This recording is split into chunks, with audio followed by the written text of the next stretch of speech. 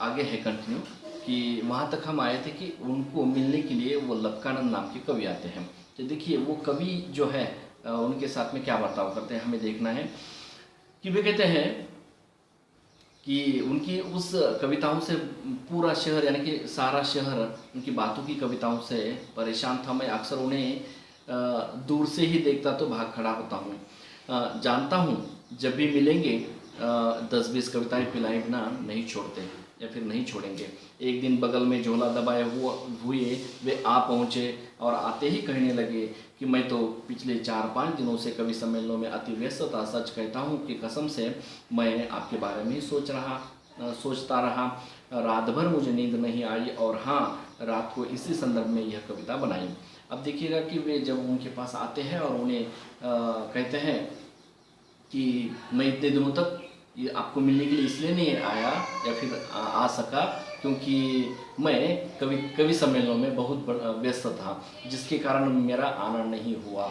अब ये जो है यहाँ पर अपनी बढ़ाई बताने की कोशिश करते हैं, बड़प्पन बताने की कोशिश करते हैं। कुछ ऐसा झूठ मूठ इसलिए क्योंकि कवि को लगे लेखक को लगे कि ये कवि भी मुझे मिलने के लिए क्यों नहीं आए। लेकिन अक्सर तो कवि उनके बारे में कभी भी नहीं सोचते, लेखक उनके बारे में कभी भी नहीं सोचते।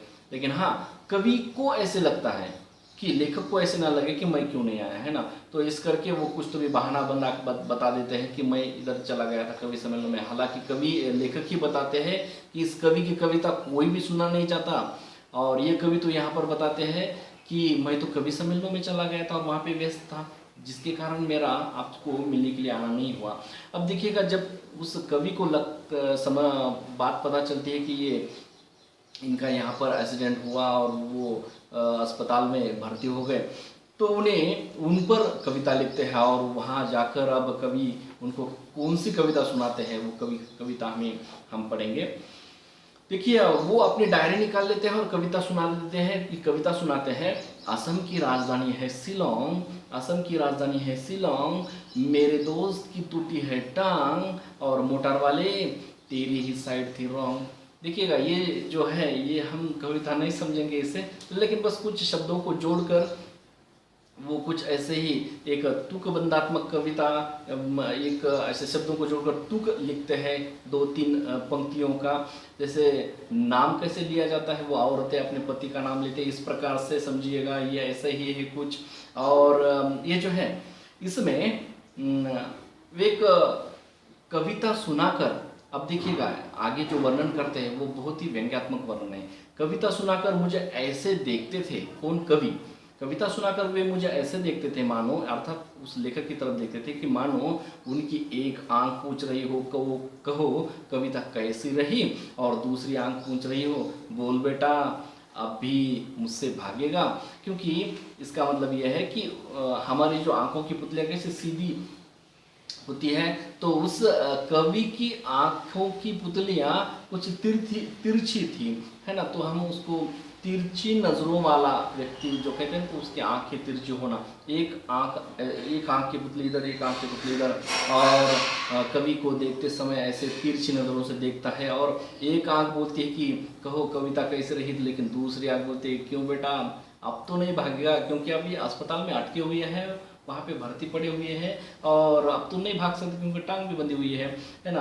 तो इस प्रकार अब वो उनके कवि लेखक को लगता है कि शायद उनकी दृष्टि मुझे अब ऐसे कह रही है कि या फिर उनके मन में ऐसे चल रहा है।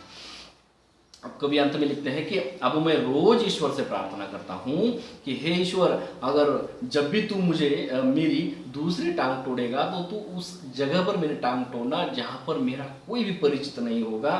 और क्योंकि ये जो हमदर्दी जताने के लिए आते हैं ना, वे लोग बड़े बेदर्दी होते हैं, क्योंकि ये हमदर्दी जताने के लिए नहीं आते बल्कि कुछ अपने ही अपना जो उद्देश्य है, वो जो उद्देश्य को सफल करने के लिए आता है, जिस प्रकार ये कवि आया था।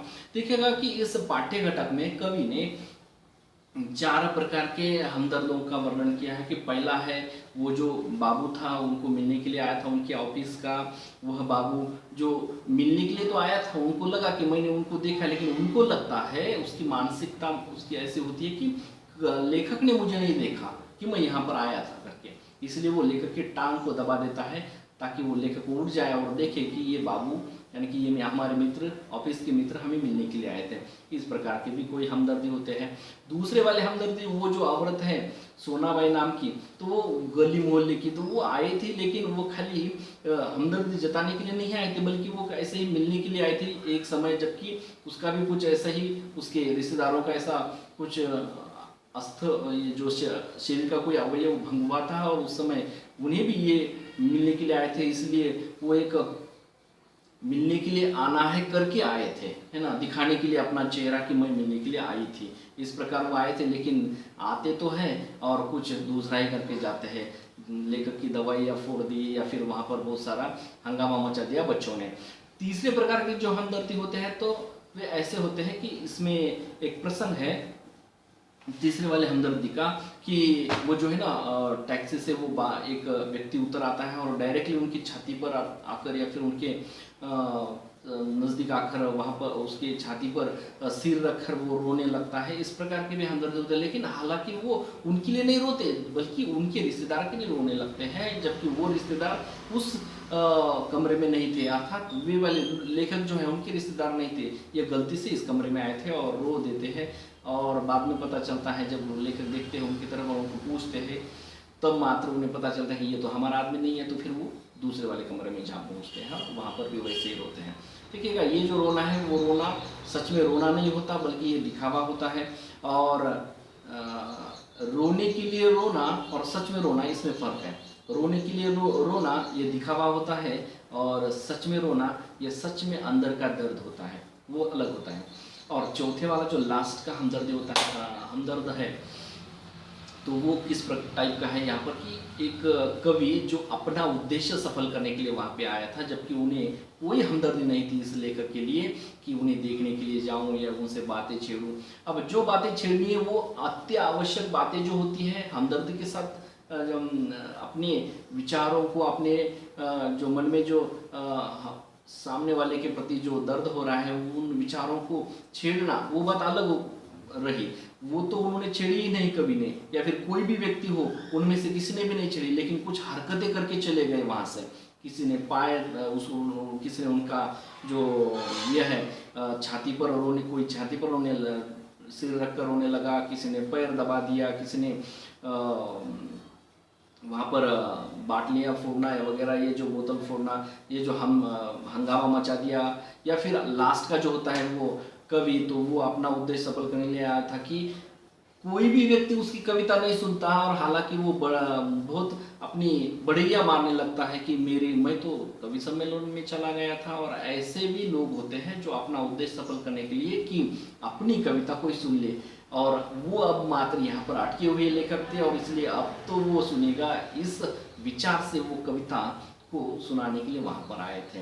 और इस प्रकार के भी हमदर्द होते हैं। ये जो पाठ्य घटक है, ये व्यंग्यात्मक तरीके से उन्होंने इस निबंध का लेखन किया है। दोस्तों, इसका पूरी तरह से आप मजा ले सकते हैं, फिर से एक दो बार उसको पढ़ लीजिए। लेकिन हाँ, आप जो उसे पढ़ेंगे एक मजा के रूप में तो पढ़ लीजिए, ठीक है, कोई बात नहीं, लेकिन साथ ही साथ ऐसा भी पढ़ लीजिएगा कि जो भी आपको लाइन इम्पोर्टेंट लगती है उसके नीचे अंडरलाइन करो, अर्थात उस पंक्ति को रेखांकित कर लेना, क्योंकि जो महत्वपूर्ण है, जो अत्यावश्यक है, वो आपको आगे चलकर काम आएगा इसलिए।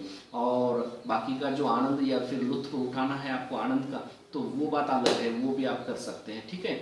और अगला जो पाठ्य घटक है अगले वाले वीडियो में आपको मिल जाएगा। बाय बाय, जब तक के लिए धन्यवाद और शुक्रिया।